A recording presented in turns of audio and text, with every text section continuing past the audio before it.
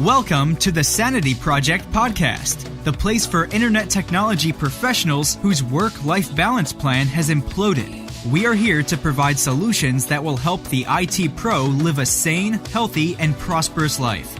Here's your host, Joanne Victoria. Hi, this is Joanne Victoria with another episode of the Sanity Project podcast. These podcasts are stepping stones on your path to success, and we have a great guest today who's going to help move you forward as quickly as she possibly can. Her name is Eileen Bild. Eileen is a certified life coach, producer/videographer, and published writer. She holds a master's in Transpersonal Psychology, has a column with the BizCatalyst360.com. Don't worry about writing that down because I will add it to the links on the show notes, and womensvoices.com. And she also contributes articles to lifecoachingmagazine.net. Eileen coaches individuals and businesses in improving engagement skills, developing positive focus, and creating powerful change for success. Welcome, Eileen Bild. Thank you, Joanne. Well, I noticed in your form that you filled out for me so graciously that you're going to be talking about core thinking today. And what is core thinking? Just explain that a bit for our audience. Yes, our core thinking is based on the premise that we operate from a foundation of how we view ourselves and the world around us. So we have several phases of thinking. So we can either be pessimistic or optimistic. We could be cynical or trusting. We could be negative or positive. So in the field of self-development, how we think is a very strong key component of how we move ourselves forward in life, how we have life-work balance, and how things work around us with ease, and how we reach our highest potential. So when we take stock of how our thought processes give us an idea of what our basis is for our core thinking, then we can have positive or negative impacts on our life experiences. And of course, our goal is to have a positive impact. Well, that's the ideal. Absolutely. So what if people's core thinking is more negative than positive? Is there a way that can be changed at all? Yes. There's something called the level of thinking and emotions that we can go from a bottom level on up to a higher level. And so in coaching, if we're thinking on these lower levels, we can change our thoughts and our emotions. So if we're operating from anger and frustration, then we can shift those into more positive thinking in the lines of possibilities and opportunities. Well, if we function, this is just a hypothetical, let's just say that people choose to feel a certain way. Some of it's by habit and some of it's by design. If you could choose to feel negative, can you at all choose to feel positive as a way of moving forward? Absolutely. Everything in life is a choice. The challenge I think that people have is getting out of or moving away from that negative thinking into the positive thinking, because we hold on to past thoughts and those past emotions. And so in the principles that I teach, the 5 principles, which include confidence, fear, clarity, boundary setting, and taking action, it's creating the opportunity to have a voice and to be able to have strong boundaries so that we can always be moving ourselves forward through that positive thinking and not allow the what ifs and the should haves and the could haves and why didn't I do this, why didn't I say that, and why did that person bring that experience to me, and why did they say that to me. Instead of coming from that perspective, it's always coming from where did I think that, where did I do that activity or that action, and what can I do to change that? because it's not about the other person. It's about ourselves and our thinking. Yeah, it's never about the other person, which is sometimes a difficult concept for others to accept. I find, in my experience, that without confidence, and let's add a little bit of clarity to that, but I think they kind of go hand in hand, setting boundaries is almost impossible. What's your experience with that? Now, let me make sure I heard you correctly. You said setting boundaries is almost impossible? Without confidence. People need to feel confident in their lives. If they're confident, they can set boundaries and work through the fear and then take action. But I think they need confidence first, or some of it, not 100%, but they have to walk the road of confidence before they can set clear boundaries for their entire life. Absolutely. Okay, it was my fault because I wasn't clear.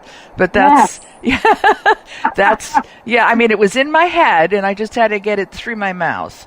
But I find that confidence is the key to most everything, and that's kind of where does it come from? How do we get it? Why don't we all have it? Why aren't we born with it? Why isn't there a pill for it? Or can we eat kale and get confident? I mean, why is confidence elusive? I think confidence, in my experience and from my working on this ebook, because I do go into some detail, it is one of my 5 principles about confidence, is we are influenced by so much at a young age that our sense of self is diminished. And so our ability to have confidence in being able to put ourselves out there and be vulnerable to other people liking or not liking us, or being able to express ourselves freely and not be judged. And it's very challenging for us as adults if we're not nurtured as children to believe in ourselves and to be okay with making mistakes and to be okay to speak our truth regardless of what somebody else wants for us. So what I have found is a lot of adults do not have a strong foundation of confidence. And when someone recognizes that confidence is an area that can be strengthened, and then they purposely work to strengthen that confidence, it helps to lead into eliminating fear. And when we can eliminate fear and move into our daily experiences without the fear, then we can have a stronger possibility and opportunity to speak our voice. And then when we can speak our voice, we have more clarity in what we want and what we don't want to have going on in our life. When we have more clarity, then we can say, this is my boundary. Do not step over this boundary. And now you have that confidence to say, I don't want this. Or you have the confidence to say, yes, you can bring this to me, but these are the parameters. And it takes practice. I can tell you it's not easy because we are not taught and we are not raised to develop these areas. And it takes a lot of inner work and personal growth development to nurture these areas and to practice it on a daily basis and to recognize when these experiences come to us, which areas of these are becoming stronger as we practice, and then which areas are kind of like the puzzle pieces fitting into place. And it's a really awesome process to watch take place. Yes, I'm listening to you and I'm thinking at the same time, which sometimes is a problem, but right now I don't think it's so much of a problem. I'm looking at different generations, I think, treated children differently. Let's talk about the Second World War era, whatever, 40s, 50s, 30s, 40s, 50s, not including anything financial or political. I think it was much more of a cut and dried kind of upbringing. And you were, as a child, you might be satisfied with, playing with a cardboard box out in the backyard. Your mother's got a pie cooling on the window ledge, and she's there, and your father's making money at a job that he may or may not like, but everybody's doing their part. And then I think things changed. And I think once things changed, I think the confidence expressed to children changed as well. Do you find with your clients that a different age range gives you different insights as to how they might have been, trained or taught as a child? Yes, absolutely. And I think life has become more complicated, even though we created all these great, wonderful tools and systems to what we think to reduce the complication of life. They've actually have complicated our lives more because we have more access to communication and connection with each other. But again, part of that is we haven't learned communication skills within those dynamics.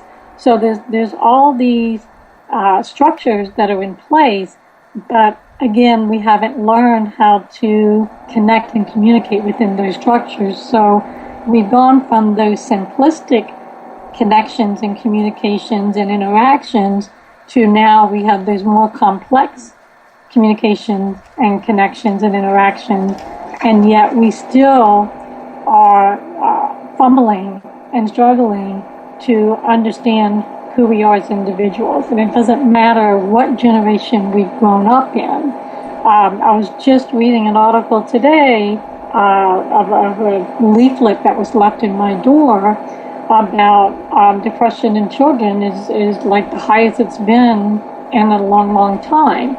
And I'm thinking, well, why is that so? Because they've got so much available to them these days. There's so much opportunity, and yet is it really giving them the life that they want? And what I like to teach people and what I like to help people understand is that it goes back to what we talked a little bit ago about, is it all starts from within. We cannot look outside of ourselves and hope that all that external is going to give us the happiness and the joy and the peace that we want. It helps. It can help. It can be a part of the process. It can be part of the program that we have for ourselves.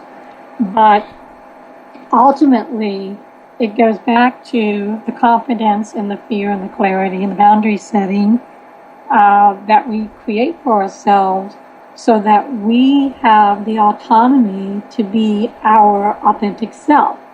And maybe that's the key word, being our authentic self, is that think about, as a child, it doesn't matter what generation we grow up in, how many people today as adults are authentic? How many people can really say, this is who I am, and can be in their daily experience as that person without any fear of expressing themselves truly as who they are? And it's I can tell you from my experience, there's probably not a whole lot of people like that, unfortunately. And part of my quest in life is to try to get as many people as possible to value and appreciate their authentic self, and to step into that part of them and express it. Well, I wonder how employees, and employees/workers, because my experience in the IT world is that almost 50% of them are contractors. So they live with the sense of lack of confidence to begin with, not knowing when that particular project is going to end or begin, or a budget is crushed. Employees feel differently.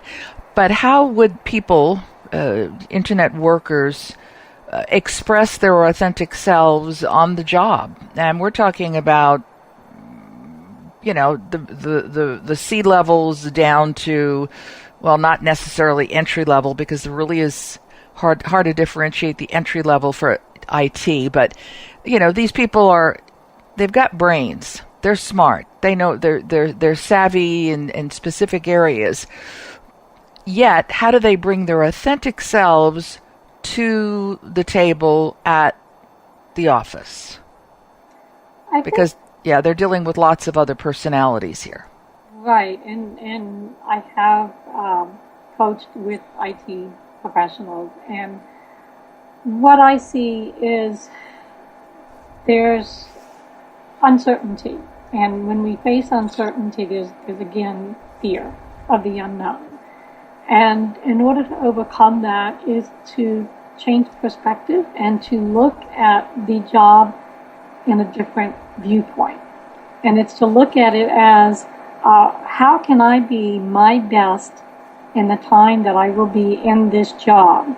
And at the same time, to prepare yourself for that unknown, knowing that potential is there, that you'll be looking for another contract job. It's the nature of the beast. You know that's part of this industry, and it's not something you can change.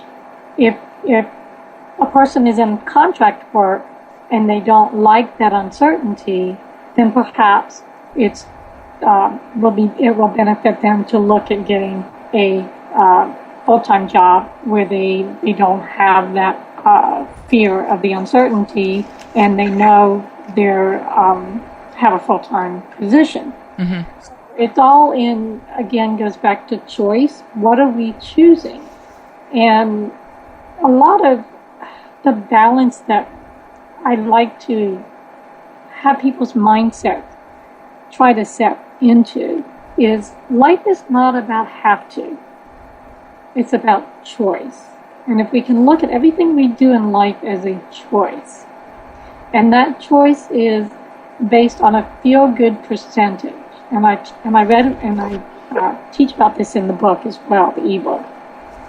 Is if I feel good about what I am doing in my life or I'm thinking, and it reaches on a scale of 1 to 100%, anywhere between 85 and 95%, then the outcome and most likelihood is going to be good. If I tune in and it does not feel, let's say it feels around 30%, then the outcome is not going to be as probable of being in my best interest, because it doesn't feel good to me. So there's a mismatch. There's something missing in whatever it is I'm trying to attain. So I use that as a guideline, the percentage calculation. And people in the IT field might appreciate that because I work a lot with percentages and numbers. So if we could apply that, applying that to life helps with feeling good about where you are, even if there's an unknown, but you can operate within an unknown in a positive way. You've mentioned your ebook a couple of times, and what is the title of that? 5 Principles of Core Thinking. And again, if people have listened this far, they will get it in the show notes. But just so you know, when you go to Eileen's website, which is eileenbild.com, that's Eileen, E-I-L-E-E-N, B as in boy, I-L as in Lucy, D as in dynamite.com, you'll be able to sign up and get, is it a free book or a fee book? Yes, I am offering it as a free ebook, yes. Okay, there you go. This is wonderful, people, because Eileen has come up with succinctly. I've had, actually, one of my most recent guests came back for a second time because he just wrote a book or completed and published a book called The Soul of Uncertainty, which is interesting because he doesn't talk about what you're talking about, but the idea about us living in an uncertain world with an uncertain life and how we can get closer to what we want so it resonates with us as a good thing as opposed to a bad thing. That's pretty basic, but I think that's kind of where it's at. And in fact, I was given a copy of the book, so it's kind of cool that there is some alignment here because you're both equally brilliant. So with all that you're talking about, what lesson did you learn to get you to this place? What has stuck with you for a period of time that has helped you write the book, has helped you speak so eloquently on this topic because it's a great topic? And whether you're listening in the car, people, or while you're, writing, well, I don't think you're going to write a soul cycle and listen to this, but maybe you will. It's not quite loud enough, but if you're exercising at the gym or in your home or driving back and forth from home, listen to what Eileen has to say. So what has stuck with you all of this time, Eileen? Yeah, Joanne, an important lesson that has stuck with me is our mind is such a powerful tool, and that if we can learn to harness its energy and its capacity for creation, we can have such extraordinary experiences that it goes way beyond what we can imagine. Realizing that everything is connected, our thoughts, our perceptions, our beliefs, and there are no accidents. So when we combine everything that we've talked about on the show today, and all things converge to bring us what we envision, what we believe, and what we perceive. So if we take everything, and what I've learned is that if I take everything from the perspective of what if, what is, what's possible, what am I thinking, what am I doing, what do I need to change, or what can I do differently so that the outcome I want can happen. And I don't judge, I don't point my finger. Instead, I look at, well, if that didn't work, what can I do? What do I need to shift in my thinking, in my actions, so that it creates a better outcome for me? And I'm always looking at what's my greatest potential. And I'm just going to throw in real quickly, when I started my videography business, was born with a 60% hearing loss. And I never would have guessed that I'd be doing videography, live video productions for musicians and bands. But yet, I've developed a keen skill of being able to tune in to the music.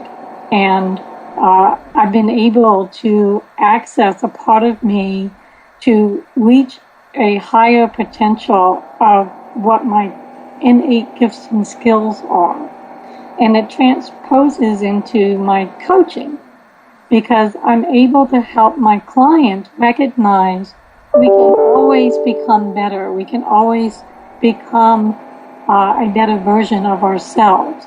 It's just recognizing, where are those hidden fears? Where are those boundaries being blocked that we have? Where's that confidence level not strengthened? And so this ebook has been transformative for me, for my friend who's helped me to edit the book. And I know for those who will read the ebook, it will transform their lives. And it's a great tool to build a foundation of core thinking. That sounds great. I just want to advise people that sometimes things happen in an instant and sometimes they don't. And it's best to just trust and trust in everything when you want to change, when you want to look in a new direction, because there are many, many, many directions for one to look. As Eileen, one of the places she writes for is called Biz Catalyst 360. There are at least 360 degrees in a circle. So every time you want to access some new information or ask the question as to why or what or, how is not up to you too much, just turn around and look in the different direction and just have a little bit of patience. I find that patience and quiet time are really important. Now, before we get to Eileen's final words, I want to strongly suggest that if you're listening to this podcast by Eileen Bild, that you write a review of it. I think you can write them on iTunes, but that's up to you where you do that. But also, this podcast will be on my podcast page on my website, askjoannevictoria.com. Write some brilliant comments in there in appreciation for Eileen's time, energy, and resources that she is sharing with you. This is the focus of these podcasts, is to help you, the IT pro, live a sane, happy, and prosperous life. And we hope that we have helped you today. Eileen, do you have any last thoughts? Yes, I just want to say that life is short, and learning to view our experiences through what I call the kaleidoscope of infinite possibilities, and our ability to feel on purpose with undefeatable personal power and boldness to become the best version of ourselves is a gift that we can embrace for personal and professional success. And I just wish the best for your listeners, that they find that life and work balance and the happiness and the joy that they seek in their life. There you go, people. You can't ask for anything better than that.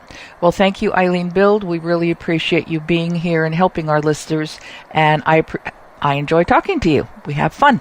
And have a great day, everybody. Bye-bye. Bye. I hope you enjoyed this episode of the Sanity Project podcast. Please go to AskJoanneVictoria.com and continue the conversation on her podcast page. And get a free copy of her book, The True Self Handbook, a guide to transform your life. That's AskJoanneVictoria.com. Take care, and thanks for being here.